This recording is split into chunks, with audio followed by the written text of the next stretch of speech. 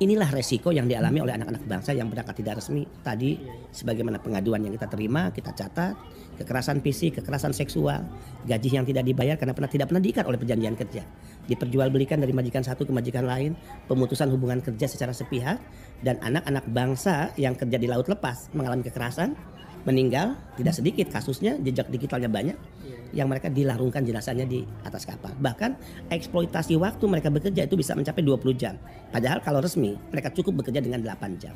Setiap orang yang mempekerjakan pekerja kita diikat melalui perjanjian kerja hitam di atas putih. Sehingga kecil kemungkinan majikan untuk memberikan perlakuan sewenang-wenang karena dia bisa dituntut oleh hukum kita sesuai perjanjian maupun hukum yang berlaku di negara mereka.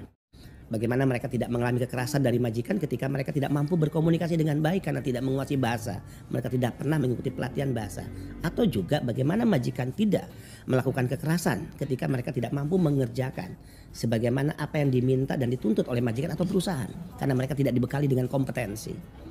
Saya jam 10 malam melakukan penggerebekan di Bekasi. Saya pimpin langsung.